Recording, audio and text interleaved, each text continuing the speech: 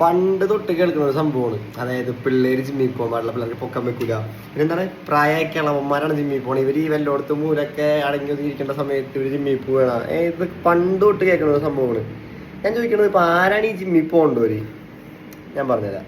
എല്ലാവരും ജിമ്മിൽ പോകണം, എല്ലാവരും പോയിരിക്കണം. അതോടൊപ്പം തന്നെ നമുക്കൊരു കാര്യത്തിലോട്ട് എടുക്കാം. അതായത് സയൻറ്റിഫിക് ആയിട്ട് പറയുകയാണെങ്കിൽ ശരിയായ രീതിക്കുള്ള resistance training under good guidance അവർ കുട്ടികൾക്ക് കൊടുക്കുകയാണെങ്കിൽ അത് അവരുടെ മെൻ്റൽ ആൻഡ് ഫിസിക്കൽ ഹെൽത്തിന് വളരെ നല്ലതാണ്. അതോടൊപ്പം തന്നെ അവരുടെ ഡെയിലി ലൈഫ് ആക്ടിവിറ്റീസ് അല്ലെങ്കിൽ സ്പോർട്സ് ലൈഫിന് എല്ലാത്തിനും അവരെ ഹെൽപ്പ് ചെയ്യുള്ളൂ. ഈ പ്രായമായ കാര്യം നോക്കിയാലും അതായത് ഈ പ്രായമായ ഈ സാർക്കോപേനിയ പോലുള്ള അസുഖങ്ങൾ വന്നത്, അതായത് മസിൽ വീക്ക്നെസ് അല്ലെങ്കിൽ ഇപ്പം എന്താ പറയുക ഏജ് റിലേറ്റഡ് ആയിട്ട് സ്കെലറ്റൽ മസിൽ ലോസ് ആവാം, ഇതേപോലുള്ള അസുഖങ്ങൾക്ക് സ്ട്രെങ്ത് ട്രെയിനിങ് അല്ലെങ്കിൽ വെയിറ്റ് ട്രെയിനിങ് വളരെ വളരെ നല്ലതാണ്.